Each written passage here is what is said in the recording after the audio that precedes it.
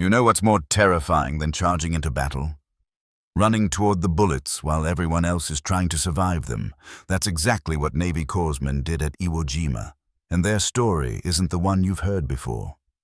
February 19th, 1945. The largest armada in Pacific War history approaches a tiny volcanic island. 8 square miles of black sand and sulfur. Mount Suribachi looming over everything like a dark promise. The Marines think they'll take it in 4 days, maybe 5. They have no idea what's waiting for them. But here's the thing nobody talks about. For every iconic image of Marines raising that flag, for every heroic charge captured on film, there's another story happening in the shadows. Men without rifles running through machine gun fire. Unarmed teenagers crawling through minefields. Young corpsmen who signed up to save lives, now making impossible choices about who lives and who dies.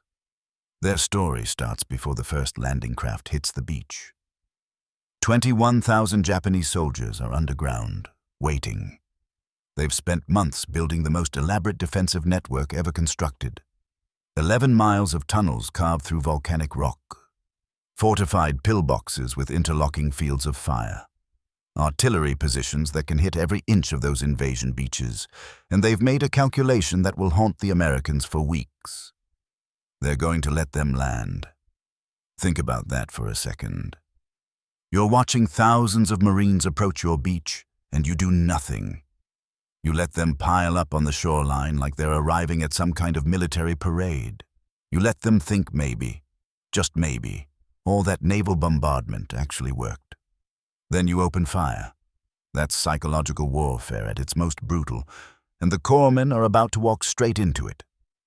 John Bradley never wanted to be at Iwo Jima. The kid from Wisconsin who'd become one of the flag raisers. He was actually trained as a Navy corpsman, not a Marine, a medic. The difference matters more than you'd think. Marines are trained to fight. Corpsmen are trained to heal. But at Iwo Jima, those lines blur until they disappear completely. The night before the invasion, Bradley writes a letter home. Doesn't say much. The military censors would black it out anyway. But he tells his parents he's scared. Not of dying. That's almost abstract when you're 21. He's scared of failing the men who'll depend on him. He has no idea how many will. Dawn breaks over the Pacific, cold and gray. The naval bombardment is supposed to soften up the defenses. Battleships, cruisers, destroyers, all pounding that little island with everything they've got. The explosions are so loud you can't hear yourself think. Smoke and dust turn the air brown. Surely nothing could survive this. The Japanese are underground, waiting. First wave hits the beach at 9 a.m. The volcanic sand is nothing like anyone expected. It's not packed hard like normal beaches. Your feet sink in up to your ankles. Try running through that while carrying 60 pounds of gear. Try it while dragging a wounded Marine to safety. The corpsmen are scattered among the Marines, roughly 1 for every 40 or 50 men. They carry medical bags, morphine, bandages, plasma. No weapons. Geneva Convention says medics are non-combatants. The Japanese at Iwo Jima never signed the Geneva Convention. They specifically target corpsmen. Why? Cold mathematics. Kill a rifleman, you've eliminated 1 gun. Kill a corpsman, you've eliminated hope. Wounded men start screaming for a medic, and when nobody comes, morale collapses. The Japanese understand this. They watch for the men with medical bags, and they wait. Robert Bush is 19 years old when he lands at Iwo Jima. Farm kid from Washington State, joined the Navy at 17, assigned to a Marine rifle company as their corpsman. His first day on the island, he treats 43 wounded Marines. By the end of the first week, he'll be the only corpsman in his unit still standing, but that's later. Right now, he's just trying to get off the beach. The first Marines are moving inland when the Japanese open up. Everything at once. Artillery that's been carefully pre-registered on every sector of the beach. Machine guns firing from positions the naval bombardment never touched. Mortars dropping from the high ground. It's not a battle, it's a killing floor. And into this hell run the Corpsmen. Corpsmen up becomes the most common phrase on Iwo Jima. 2 words that mean everything. I'm hit, I'm dying, I need you, come get me. And they come every single time. Through fire that would make trained combat soldiers freeze. Unarmed teenagers run toward the screaming. George Wahlen hears the call and moves. Doesn't think about it, that's the training. A Marine's down near a pillbox, leg shredded by shrapnel. Wahlen's crawling. The volcanic sand is hot enough to burn through his uniform. Bullets are kicking up black dust all around him. He reaches the Marine, starts cutting away the bloody trouser leg. The Marine grabs his arm. "Don't die for me, Doc." That's what they call the Corpsmen. Doc. Never mind that most of them are barely old enough to vote. Never mind they're following instructions learned in a few months of training. To the Marines, they're doctors, miracle workers, the difference between going home and going into the ground. Wahlen doesn't answer. He's working. Tourniquet first, then the wound packing. His hands are steady, even though bullets are literally passing inches from his head. Where does that kind of courage come from? How do you not freeze when your brain is screaming at you to run? You don't think about yourself. That's the secret. Every Corpsman who survives Iwo Jima will say the same thing. The fear disappears when someone needs you. Your own survival becomes secondary to the wounded man in front of you. This is going to be the longest month of their lives. Day 2, the casualties are mounting faster than anyone predicted. The Marines are pushing inland, but every yard costs blood. The Japanese aren't retreating, they're underground, popping up from hidden positions. You clear a cave and they emerge from a tunnel behind you. You take a pillbox and artillery starts falling from positions you can't even see. The Corpsmen are running constantly. Treat a man, move to the next. No time to rest, no time to eat. Some of them are awake for 30 hours straight. They run out of morphine, they run out of bandages. They start using their own shirts to pack wounds. Jack Williams lands with the 3rd wave. He's a pharmacist's mate, which is the Navy's term for Corpsman. 22 years old from Arkansas. His unit gets pinned down by a machine gun nest that's been hidden so well nobody knew it was there until it opened fire. 3 Marines go down in the first burst. Williams doesn't hesitate. He runs straight into the fire. Gets to the 1st Marine. Realizes the wound is too severe. The man's going to die and there's nothing to be done. The other 2 might live if he can get to them fast enough. He drags them both to cover, one at a time. Takes 3 trips through that machine gun fire. On the 3rd trip, he's hit. Bullet through the stomach. He knows what that means. He's a trained medic. He understands the injury. But he keeps working, finishes treating both Marines, gets them stable. Only then does he let someone look at his own wound. Jack Williams dies the next morning. He's 22 years old. The Marines he saved both survive. The Medal of Honor citation will say he courageously risked his life. That phrase appears in almost every Corpsman citation from Iwo Jima. Courageously risked his life, like there's any other way to do the job. John Bradley's moment comes on day 4. His unit is trying to take Hill 362A, one of the high points on the island. The Japanese are everywhere, firing from positions that shouldn't exist. A Marine near Bradley steps on a mine. The explosion is massive. Bradley runs to him without thinking. The Marine's legs are gone, not injured, gone. Bradley's looking at wounds that would make a trained surgeon freeze. He's 21 years old, and he's trying to save a man who's dying in front of him. He works for 20 minutes, using every trick he knows. Tourniquets, pressure points, plasma, morphine. The Marine dies anyway. Bradley sits there for a moment, covered in blood that isn't his own. Then he hears it. "Corpsmen up!" Someone else needs him. He picks up his bag and runs toward the next patient. That's the job. You don't get time to grieve. You don't get time to process. There's always another wounded Marine.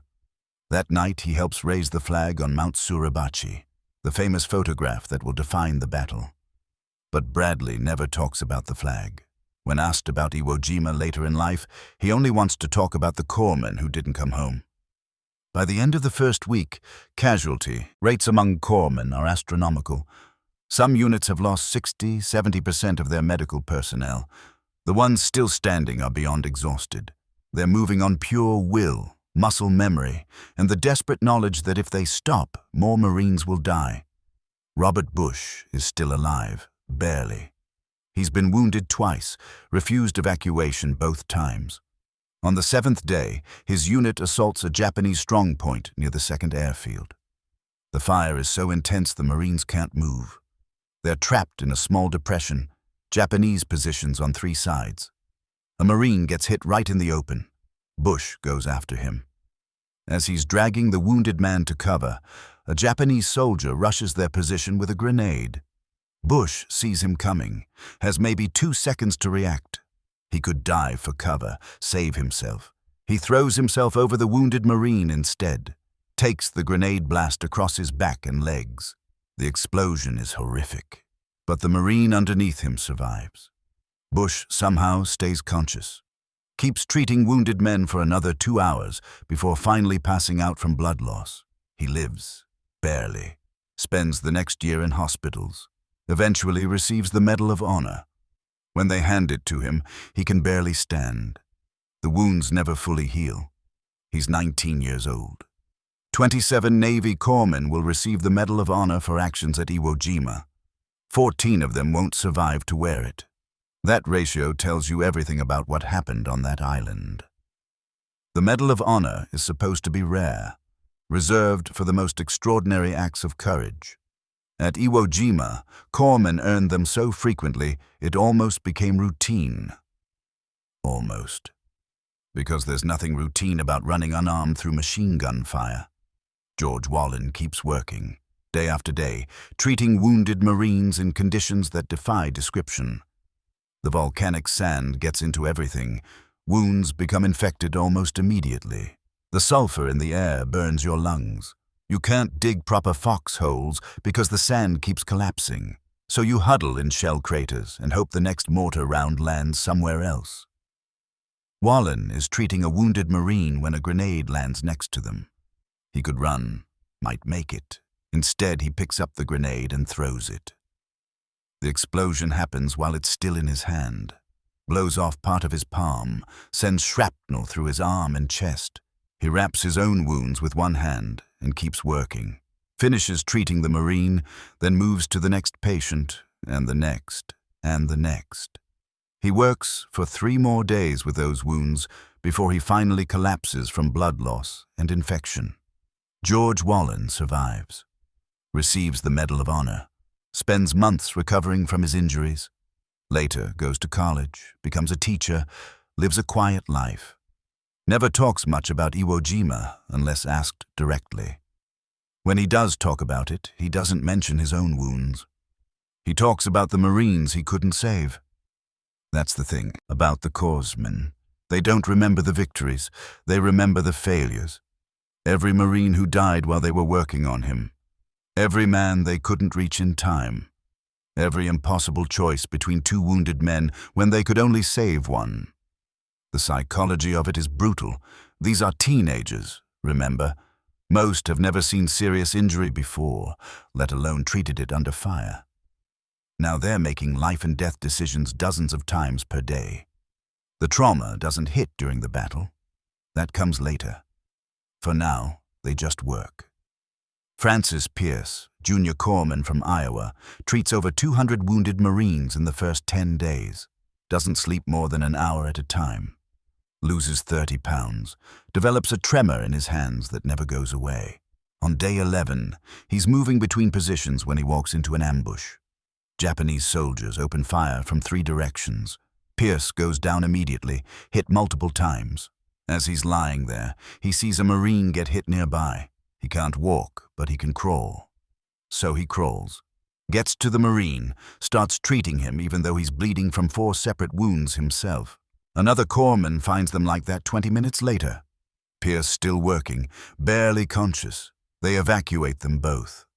Pierce survives but never returns to duty. His war is over at 19 years old. The stories are endless. Hundreds of Corpsmen doing impossible things every single day for 36 straight days. They're fighting a different kind of battle than the Marines. The Marines are trying to win the island. The Corpsmen are trying to save lives in a place designed to take them. And they're unarmed. That fact keeps coming back. In a battle where every Marine is fighting for survival, the Corpsmen are prohibited from defending themselves. Some carry knives or pistols anyway. Regulations be damned. Most don't. They trust the Marines to protect them while they work. And the Marines do, absolutely. But there are moments when that's not enough. William Charette is treating wounded Marines in a crater when Japanese soldiers attack their position, hand-to-hand fighting. Charette has no weapon. As enemy soldiers come over the rim of the crater, Marines are shooting them. One gets through, bayonet fixed, heading straight for a wounded Marine who can't defend himself. Charette tackles him. No weapon, no training in hand-to-hand combat. Just tackles him. They're fighting in the bottom of that crater while battle rages around them. Somehow, Charette survives. The Japanese soldier doesn't. Charette has no memory of how it ended, just that suddenly it was over and he was covered in blood, and there were more wounded Marines to treat. He goes back to work. What else can you do? By week 3, the battle has moved to the northern end of the island. The terrain is even worse here. Rocky highlands, deep ravines, caves everywhere. The Japanese are making the Americans pay for every inch.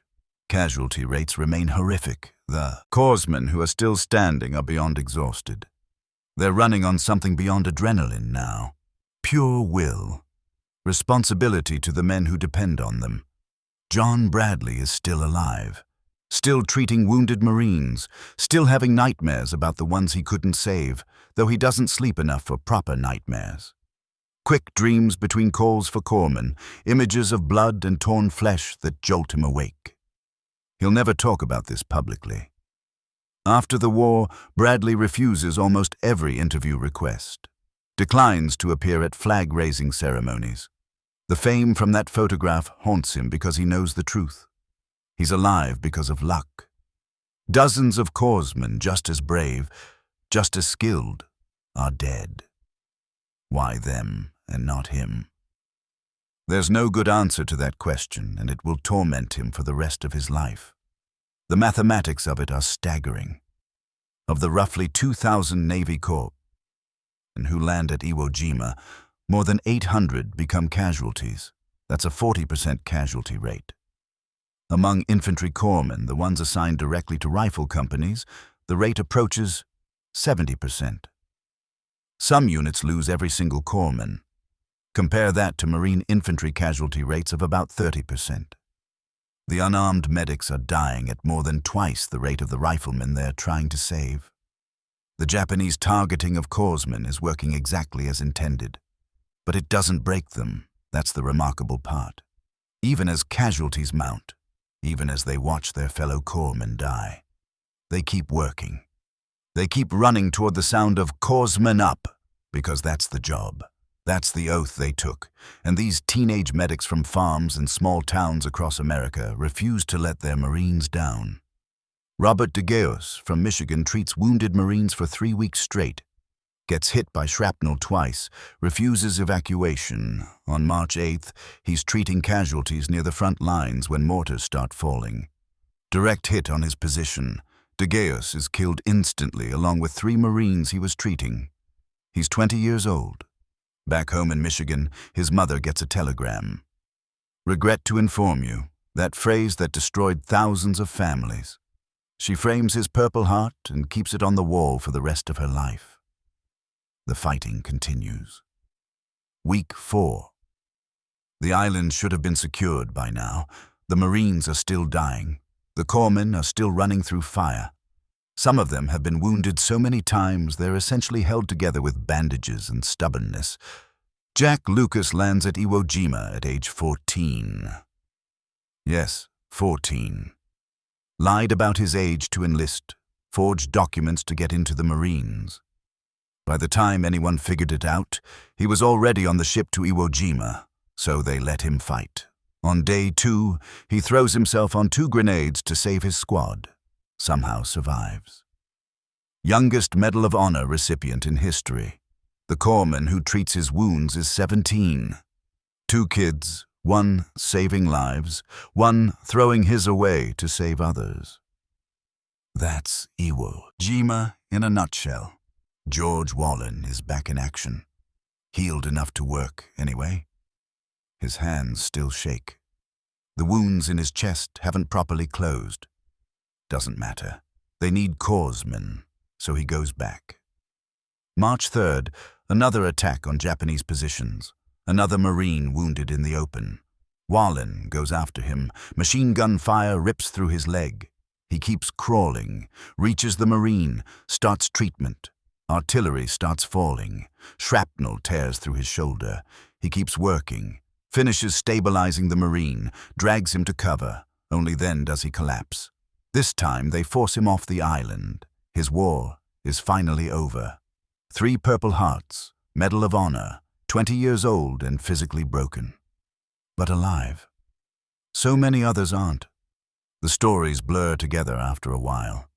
Hundreds of acts of heroism, thousands of treatments under fire. Corpsmen doing impossible things so routinely it almost seems normal. But it's not normal. None of this is normal. These are extraordinary acts of courage happening every single day for more than a month. And they're largely forgotten now. Everyone knows the flag raising. Everyone's seen that photograph. But how many people know about John Bradley the corpsman? How many know about Robert Bush, George Wahlen, Jack Williams, Francis Pierce, William Charette? The list goes on and on. 27 Medals of Honor, countless Navy Crosses, Silver Stars, Bronze Stars. But more importantly, thousands of Marines who survived because an unarmed teenager ran through fire to save them. That's the real story of the corpsmen at Iwo Jima. The battle officially ends on March 26th. 36 days of fighting. The Americans take the island, but the cost is staggering. Nearly 7,000 Marines killed, over 19,000 wounded. The corpsmen have treated more casualties in 5 weeks than most military hospitals handle in a year, and they did it in volcanic sand, under fire, without proper supplies, working until they collapsed. Some of them are teenagers who'll never be the same. Some are already different than the kids who landed on February 19th. They've seen too much, done too much, lost too much.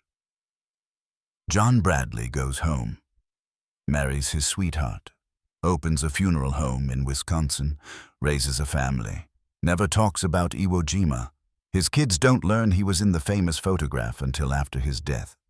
They certainly don't know about the dozens of Marines he saved. That's not something he ever discussed. Robert Bush survives his wounds, goes back to Washington State, lives a quiet life, attends Medal of Honor ceremonies reluctantly.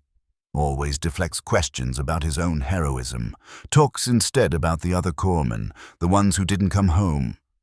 George Wahlen becomes a teacher, spends 40 years educating children. When students learn about his Medal of Honor, they ask about it. He tells them war is terrible and they should avoid it if possible. Doesn't elaborate. That's all they need to know. The pattern repeats with survivor after survivor.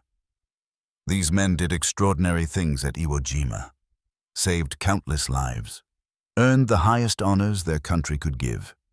And then they came home and lived quiet, humble lives. Refused to be called heroes, insisted the real heroes were the ones who didn't come home. That's the Corpsman mentality. You don't do it for recognition. You do it because men are dying and you're the one who can help. The glory, the medals, the recognition, none of that matters in the moment. What matters is the Marine bleeding out in front of you and whether you can save him. Understanding this mindset helps explain what happened at Iwo Jima. These weren't superhuman warriors. They were scared kids doing an impossible job because someone had to. They ran toward danger because the alternative was letting Marines die. They kept working when wounded because there weren't enough corpsmen to handle all the casualties, and they paid a terrible price for it. 800 casualties among 2,000 corpsmen. Hundreds dead. Many more wounded physically and mentally. Some of them never recovered. The nightmares, the survivors' guilt, the memories of men they couldn't save. That burden never goes away. But they'd do it again. Every survivor says the same thing when asked. If they had to go back, knowing what they know now, they'd still go. Because the Marines depended on them, because that's the job, because someone has to run toward the bullets. There's a memorial at Arlington National Cemetery. Navy Corpsman statue. Single figure in uniform, medical bag over shoulder, kneeling to help a wounded Marine. The inscription is simple. Uncommon valor was a common virtue. It's quoting Admiral Nimitz about Iwo Jima, but it applies perfectly to the corpsmen. Uncommon valor, done commonly, done repeatedly, done until they couldn't do it anymore. That's the legacy of the Navy corpsmen at Iwo Jima. 79 years later, we remember the battle. We remember the flag. We should remember the unarmed teenagers who ran through machine gun fire to save lives. We should remember that courage isn't always about pulling a trigger. Sometimes it's about refusing to carry one. Sometimes it's about running toward danger when every instinct screams to run away. The Marines at Iwo Jima fought to take the island. The corpsmen fought to bring them home. Both required extraordinary courage. But there's something particularly haunting about the corpsmen's story. They volunteered to be unarmed on one of the most violent battlefields in history. They watched friends die. They made impossible choices. They carried physical and psychological wounds for the rest of their lives. And they did it all to save people they'd never met before. Marines who were strangers weeks earlier became brothers. Worth dying for. Worth running through hell for. That bond between corpsman and Marine is sacred in the military. It was forged in places like Iwo Jima, in volcanic sand soaked with blood, under fire that should have killed everyone involved. So the next time you see that famous photograph from Iwo Jima, remember, one of those 6 men is a corpsman, John Bradley, who saved dozens of lives before helping raise that flag. Remember the 26 others who earned medals of honor. Remember the 800 who became casualties. Remember the hundreds who died trying to save others. They were medics who became warriors, not with weapons, but with courage. They fought the cruelest battle of all, trying to preserve life in a place designed to take it. And they won, one saved Marine at a time. That's the story nobody tells about Iwo Jima. That's the truth hiding behind the famous images. That's why we should never forget the corpsmen who fought without weapons and saved thousands of lives by risking their own. Uncommon valor, done commonly by ordinary kids who became extraordinary through sheer determination to save their brothers. That's the real legacy of Iwo Jima. That's what courage actually looks like.